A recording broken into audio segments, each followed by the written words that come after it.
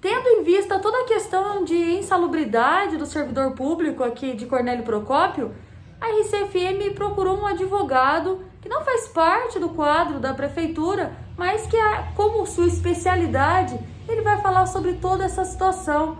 Afinal, acarreta algum problema para o trabalhador essa retirada de insalubridade? Eu estou aqui com o Dr. Arielton, que vai nos explicar essa questão. Boa tarde, Daniane. Boa tarde a todos. Na verdade é o seguinte, o adicional de salubridade, como de periculosidade, são garantias constitucionais, certo? Previstos em leis, inclusive nas leis dos servidores, tá? Então, para fazer essa retirada, o município ele pode fazer através da autotutela e estar revendo seus atos, podendo estar anulando, desde que precedido de um processo administrativo, a realização de um laudo. Daniela, eu ouvi algumas entrevistas, eu não tive acesso a esse laudo ainda, certo?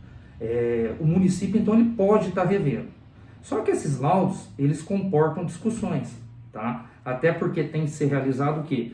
Uma avaliação do ambiente, tem que ser avaliado atividade por atividade, certo? Enquadramento por enquadramento, né? Então, aqui, nós não podemos dizer que o laudo do município está errado, mas também que esse laudo, necessariamente, ele vai ser ratificado numa discussão judicial.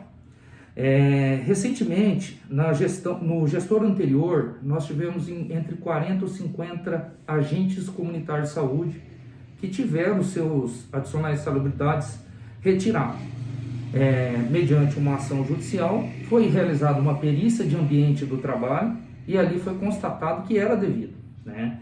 Então, assim, o município ele tem que se acautelar para não prejudicar o servidor, e o servidor poderá estar discutindo essa retirada, desde que demonstre caso a caso, análise por atividade ali, e se for constatado, será feita por determinação judicial uma perícia em loco, será avaliado o ambiente, e aí, sendo constatado que o adicional é devido, que existe o agente insalubre, tem que ser restabelecido isso, tá?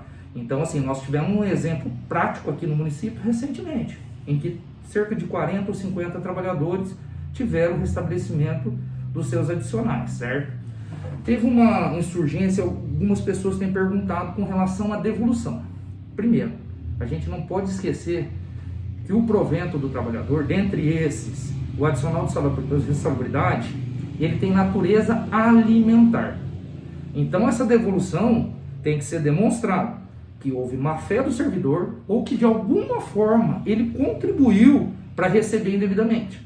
Então, assim, a princípio não vejo como determinar que o servidor tem que devolver esses adicionais. Não cabe isso, entendeu?